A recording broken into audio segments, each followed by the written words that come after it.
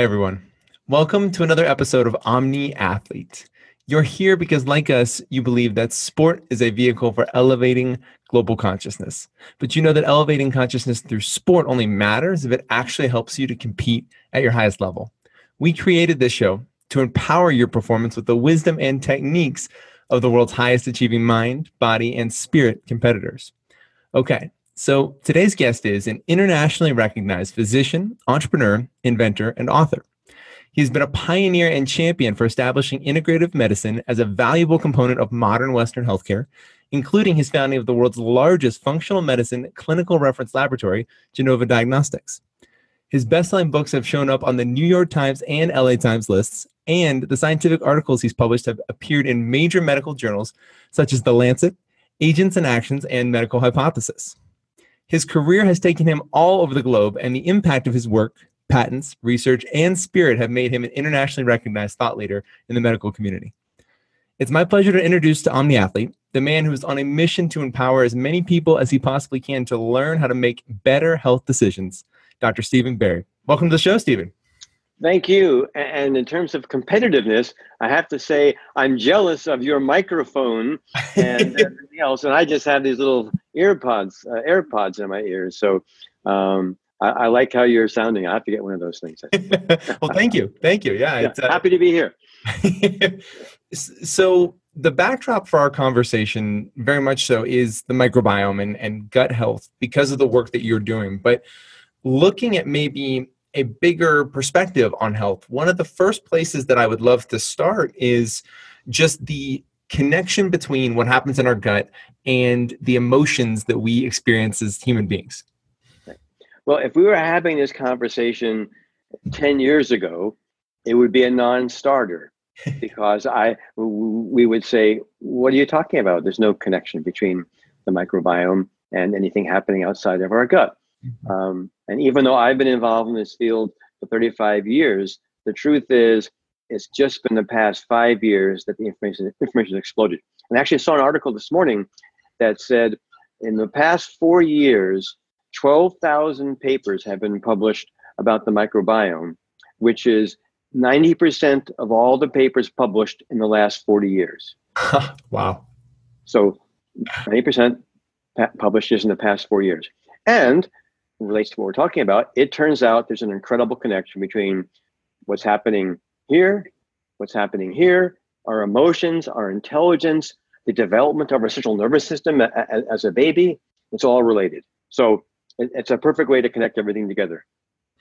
One of the maybe most interesting pieces of information that I've come across in relating to what happens in the connection between the brain and the gut is this idea of how the brain will at times take shortcuts when processing sensations, right? Well, and the brain will potentially communicate to us what an experience means based on previous learning that it's had from our gut, right? From those sensations. And Correct. From an athletic perspective, what amazes me about that just idea and that concept is that we may be experiencing emotions as athletes on the field that have nothing to do with what's happening right there and may in fact have everything to do with what's happening in our gut or what happened in our gut years and years ago. Exactly. And an example that someone related is that they now believe that our microbiome is our GPS for where we can get good food. Okay. So cave people, they knew where the blueberry patch was, or they knew where they could get those bisons based on the microbiome remembering where it was. If you cut the vagus nerve, which is one of the main connectors between the gut and the brain, we forget where things are and where food is. So take that example in terms of food and now apply it to an athlete and performance and signals. Now we have the microbiome contributing to that and remembering. See, the microbiome is this incredibly complex ecosystem, just like the ecosystem of the microbiome of the whole planet. And it's not just one bacteria, one virus, one fungi, one parasite. It's all of them working together, it turns out, primarily for their survival. And they have independent thoughts, if you will, I'll use thoughts kind of broadly here, about what will keep them alive, what will keep them happy. And we are the host for them. So If there were positive hormones triggered when we did athletic performance, for example, or when we meditated, if that helped our brain trigger positive hormones, which then signal down to the microbes, they're happy and they want to repeat that experience again. It's pretty incredible to consider the fact that we are walking around with, whether it's the word intelligence or whatever we want to label it as, we're walking around with this giant ecosystem in our body that we can't see and that dictates so much of what we experience. As you've watched the evolution of this field progress, right, and have had kind of a front row seat to the evolution, if we just speak from a diet perspective, really on what we think performance requires from a diet, can you share some of the biggest shifts that you've seen maybe from when you started in the field to right now in terms of just, the difference between, as you've said before, there used to be maybe one or two healthy diets that we prescribe to everybody, and now there may not be one at all, these major shifts? Right. So two things about that. First, when we used to think about food, we thought about nutrients, right? We thought about vitamins and protein and carbohydrates and fats and balancing, get so much of this, so much of that. We thought about fiber, maybe helping the microbiome and reducing colon cancer risk, 30 years ago. So a diet and food had a limited effect, in a sense, limited way we talked about it. Now we understand that our diets dramatically affect the microbiome and help it either be in balance or out of balance, and that's critical to our health and to our performance. And it's interesting you mentioned about we used to think about one food or one diet being healthy. There's a new diet book published every week, right? I've written some of them, okay? And they don't work for most people, right? And it's not because most people don't try. It doesn't work because the diet is not personalized to their microbiome, which turns out to be a much bigger factor in our food influencing our body than we ever thought of before. Now that's kind of intuitive, maybe that you got to personalize your diet. What's not intuitive, and what we learned in this past year, was there's no healthy food. So I used to recommend, for everybody. So I used to recommend everybody should eat broccoli like 3 times a day, all the polyphenols, the sulforaphane, anti-cancer effects of broccoli. This is a really important food. Well, our research has shown at Viome that upwards of 35% of the US population, broccoli is actually harmful for them. So because of their microbiome at this time. We also have learned, for example, that foods that we may think are very helpful for us, they're not harmful for us, but they're not helpful. We can't utilize the polyphenols and antioxidants in, say, pomegranates based on our microbiome. So we might want to make a different choice. If we want polyphenols, antioxidants, other than pomegranates, we might choose blueberries if our microbiome will convert that properly. So a whole new way of thinking about food and diet. Yeah, and there's this surface level that we so often, I think, until we are at the tip top of athletic competition, even then, even at the Olympic and extremely elite levels of sport and professional sports, there's still at times this surface approach to diet and nutrition, right? As if, whether it's macros, whether it's these concepts being surface level, or whether it's I just need to fuel my body the right way. And one of the things that I know you've done quite a bit of research on and have, shared in the past is it's not just about what we fuel, it's how that interacts with our entire system once it's in our body. Exactly. And let's talk about athletes, which I know is a big part of your audience. So I'm an athlete as well. We want to perform at our peak. What are the edges that are going to help us do that? Training, obviously, proper training, time training, etc. That's a big part of it. Our mental frame of mind, which we'll then talk about how this connects to the microbiome, but also then let's get the proper nutrition that our cells are going to use properly, and that's going to be dependent upon the microbiome, making sure that we absorb the right ones, make sure that we don't have a leaky gut, which will allow bad things to get in, and then cause toxins and antibodies to circulate throughout the body.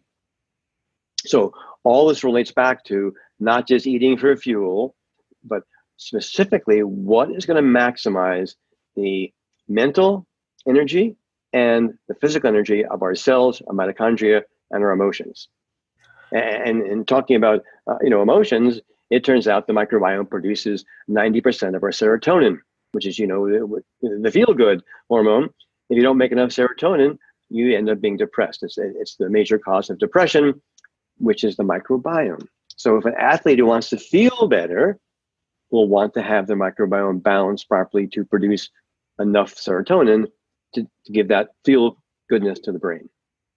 There's an integration that occurs, right? And we one of the in the white paper you sent me, one of the things that I found, I think, the most interesting, and intuitively as I read it, it made sense to me, but it's not something I had really considered before, is the impact of just training in general on our gut, right? So if we're an athlete that is getting ready to enter that peak state, and I'll say peak in the sense that we're trying to prime ourselves for competition. We're either ramping up for something or a particular competition, or I'm a coach and I'm trying to push my team as hard as I possibly can. There's a reality that that level of physical activity may have adverse effects on my gut, and that if I'm not taking proactive steps to counterbalance that, I'm going to be filling a leaky bucket, so to speak. Exactly. So the strenuous training, which has important consequences and output, actually may be causing, you mentioned, harm, which then just kind of balances it the other way. So what have you really accomplished? And you were referring to a leaky gut, and lots of research has shown that extreme exercise affects the lining of the intestine, causing the cells, which should be tight together, to separate a little bit, allowing toxins and macromolecules and foreign bodies to come through. Our body mounts a immune system reaction to that. That causes inflammation, and the systemic inflammation obviously interferes with the sports performance. Would you share a little bit with our audience about free radicals? I found this to be, and just how they form within our body, and the role that training has in just their development in our ecosystem. Sure. So free radicals are an important thing. I mean, it's just like inflammation is important, okay? Just like adrenaline is important. But the challenge is, in today's society, either because of our exposure to toxins in the air, the water, food, because of extra stress, because of lack of proper sleep, okay? So now we might be producing more free radicals, more than what we need just to defend ourselves against the normal amount of energy coming in that we want to defend ourselves against. So now we have this increased production of free radicals that starts causing cellular damage, starts causing inflammation. It's incredible to consider that there are cells in our body, or just any, for lack of a better word, any kind of molecule in our body that, when not properly organized, is going to go into a self-destructive mode. And I don't think as athletes, we consider ourselves an ecosystem in that sense very often, right? We consider ourselves a machine, and a machine, you put oil in the machine or you put gas in the machine, something else comes out the other side. And it just seems like this notion of seeing both ourselves as an ecosystem and layers of ecosystems within that, or as part of that, is empowering, but also it totally changes the perspective around diet, nutrition. Right. Exactly. And so this is, I like your phrased layers, because approaching this from a layer approach that build and build and build to achieve that peak performance is the proper way to think about it. So going back to thinking about food, now we talk about how is food, and I know the white paper I sent you, we talked about involved in inflammation, right? So there are foods you can eat based on your microbiome that will either cause more inflammation by triggering certain chemicals to be produced, metabolites to be produced by your bacteria, or to lessen inflammation, to reduce the production of those metabolites. Well, what does an athlete want to be doing? You want to be having your microbiome help you reduce inflammation and produce less of those metabolites, like lipopolysaccharide, LPS, for example. We want to produce less of that. So we want to have the foods that help us reduce that chemical. So there's two questions that kind of jumped out of me there too. And the first one is, I'll ask this because until recently, I don't think I understood the role of inflammation just in our body, period. And I would love for you to share a little bit about, as an athlete specifically, how does inflammation affect my ability to perform? Well, it can, number one, lead to serious injury, okay, by inflammation. So if you have inflammation happening, you might stumble a little bit more. You're going to have more pain somewhere, so you're going to overreact to that pain. You're going to compensate for the pain. So it can cause a lot by injury. And strenuous exercise causes inflammation by nature. So if your microbiome is also then causing more inflammation, then that's a problem. So improving your microbiome, therefore, improves systemic inflammation. there's this loop that seems to be developing, and the more that and I think that we learn, the more it seems very interesting to consider when I injure myself in performance, right? Whatever it may be, whether I pull a hamstring, I roll an ankle, I twist a shoulder an odd way, I feel something twinge. So often, the conventional thought has been for so long that I did something wrong with how I moved, or my body is broken in some way externally, right? The muscles are out of whack. There's an alignment, there's tightness, there's tension, any number of things. What we are learning is that between what occurs in our microbiome, the emotions that we're experiencing, and then the energetic fields that we're interacting with, it probably had the least to do with what my body was actually doing, and so much more to do with what was in my body, what I was thinking. I mean, this cycle is incredible, and I'm sure the microbiome is a critical factor in those pieces. So the physical activity was just the trigger. The straw that broke the camel's back. I know it's a strange expression, right? But it's really, really true. So the fact is, if you have all the systemic inflammation happening, if your mind is not processing things properly, if you are feeling depressed, if spiritually you're not bringing in the right energy into your system, then the smallest little thing is then going to then trigger an actual injury. So it wasn't just putting your foot wrong, because you put your foot down wrong a lot of times, right? And you don't get an injury. It's the time that everything else is happening that you do. What do you think can be done to encourage more athletes, more coaches, more parents for that matter, when they see injuries occur, especially when there might be recurring injuries, to step back and examine a more holistic just perspective on what's occurring in that particular person's world, rather than just the physical ailment that was the manifestation of it? Well, I think education and encouragement to understand all these factors, and not, again, we don't want to just treat the symptom, right? What's the cause of it? And the cause of it just wasn't one factor of someone bumping into you or you falling down, because we all know we can fall down lots of times and just get up and be fine. So what were all the pieces that contributed to it? So that's the holistic approach to health in general, right? So not just for athletes, but we don't want to just treat a symptom. Someone has arthritis. Why do they have arthritis? Taking the drug to alleviate the pain, that's not, understanding what really caused it. And the same for athletes. What's causing that inflammation that leads to the injury? So looking at the microbiome is one way to do that. There's an interesting, I would love for you to build a bridge between spiritual growth and the microbiome. This is a space where I certainly am fascinated and don't know how much there is out there right now between what I think sometimes people may consider as what we eat. Very much, I think, is considered a spiritual endeavor at times, but there isn't always a connection made between what I might perceive as my spiritual growth and what I'm physiologically putting in my body. So of those 12,000 papers I mentioned, there are probably very few that address the topic that you just mentioned, but that doesn't mean it's not very valid or real, for sure, because we know the power of energy, we know the power of spiritual practice, and this communication between our brain and our mind and our gut is a two-way street, right? So if we're doing things such as meditation, if we're getting more in touch with spirit and self and achievement in that way, that's also sending signals down to the microbiome in a good way, which is helping to feed them properly, and they start to understand those signals, and then they can react accordingly. So I think that's one way that affects it. Again, this holistic approach to all these pieces contributing to both inner health, inner peace, and peak performance. We don't want to isolate one piece at all, because it's all just connected.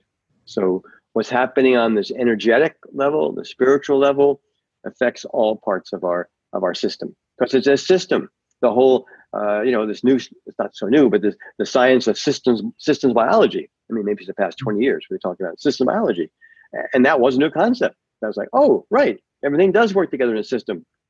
You have to pay attention to all these pieces because they all contribute in certain ways and all these feedback loops that happen. And the more we learn, say with the microbiome and other parts of our body, the feedback loops are incredible. They're just all talking to each other. The microbiome communicates through sending light signals back and forth. No one knew this. I mean, there's a bunch of other pathways. They make chemical metabolites to communicate. They send light signals back and forth. So there's this incredible feedback loop. What is the application for that? Or the relevance to us, the light, that's fascinating to me. Let's pull that thread. The relevance is we have to treat these trillions and trillions and trillions of microbes, which are, again, bacteria, phages, viruses, parasites, and fungi. We have to treat them with respect. We have to just not think they're just some parasite of a bunch of stuff living in our body. We want to get rid of them. I mean, if we get rid of them all, we would die. So we have to treat them with respect and understand how they affect us, and then feed them properly so we maximize the best balance, the best diversity. The more diversity that we have, then that's related to longevity, to healthier living, to lowering chronic disease.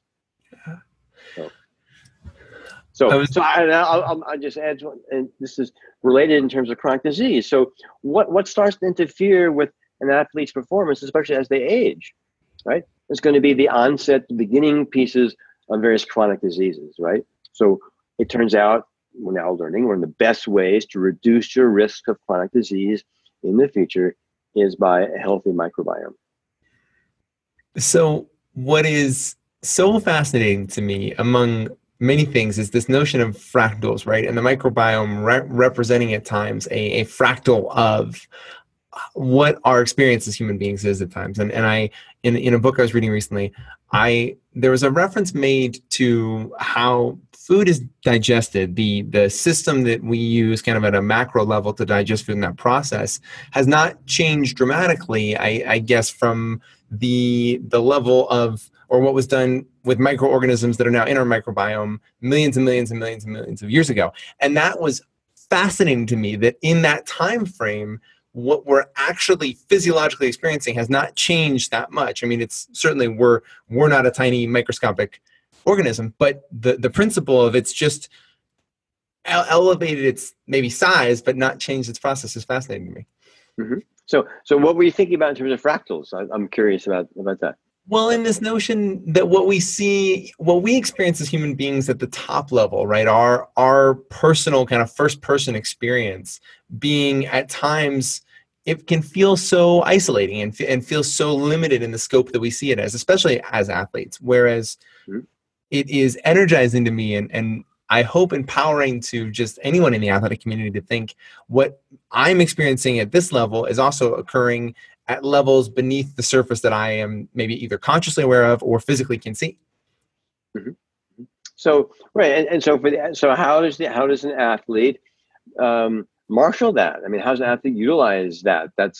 And I'm sure if we talk to some of the great athletes, some of those incredible basketball players, other people, or swimmers, or whatever, that's what they're doing. I mean, Michael Jordan, always talked about the Buddhist aspect of what he was doing, which is now obviously marshaling the whole spiritual aspect into this performance. I think that's the fractal thing. We have all these pieces going, but they're all connected together, and they're repeatable patterns that we can then nourish and take care of. So how do we nourish ourselves, right?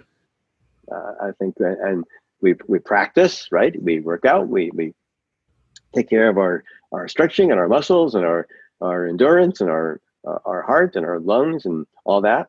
And now we're saying, oh, athletes, pay attention not only to those things, but pay attention to your microbiome, because that's intimately related to all that stuff. And nobody was paying attention to it until recently. So before we get into our last couple questions and we focus in specifically on Biome and the work that you and the organization you're with right now are currently doing, one last just specific question that I'd love to ask is for you to communicate the the role of alkalinity and acidity within the microbiome and kind of how that might manifest in terms of athletic performance and just kind of how we feel as people? I'm not sure that we have done much research in that, so I can't answer that question well based on our research. Just in all honesty, it would certainly seem like those are factors that are going to affect the microbiome. They're going to affect which microbes are growing, are prospering, are thriving, which ones aren't. But there's been very little research on that to support a lot of the clinical anecdotal evidence that we know about that these things do affect our health. Interesting. Fascinating. Okay, good to know. Yeah. So then before I ask my last two questions, this would be a great opportunity, Stephen, for you to share a little bit about what makes Viome so special as an organization and what makes the product that you guys have developed such a special product for anybody who is ready to take that next step in terms of their overall health and specifically their gut. Fortunately, I have a good, honest answer for that. And it's why I came back from China after being 7 years in China, was to join the incredible team that Viome was put together of scientists and data scientists and physicians and laboratorians and et cetera. Is our technology, we are the only commercial company in the world that actually is measuring, understanding the function of the microbiome. So we measure the RNA and all the metabolites that the microbiome are producing. So if you just take a snapshot and measure the DNA of the microbiome, you're just saying, okay, this bacteria is there, there's a lot of this, a little bit of that. You don't know if they're alive or dead, but more importantly, you don't know what they're doing. Okay? So hard to understand then how it affects your health, your risk of anything, or what intervention, what do you do about it, right? So by measuring the RNA, we know everything that's happening with the microbiome, what they're producing, what things are being upregulated, downregulated, what's causing inflammation, what's not causing inflammation.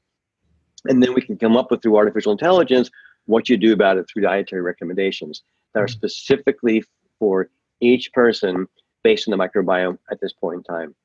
Only company in the world doing it. It's the most exciting place to be in terms of the research that's happening, unfolding on this. And I'll give the listeners a quick example of how it's so different. Many people are familiar with 23andMe, correct? 23andMe measures your cellular DNA, just what's called SNPs, which are single nucleotide polymorphisms. And if you do the test today, a year from now, and 20 years from now, it will be exactly the same. Nothing will have changed. It's just saying you might be at risk sometime in the future of this, right? Nothing you can do about it. You don't know if you don't know if it's active or whatever.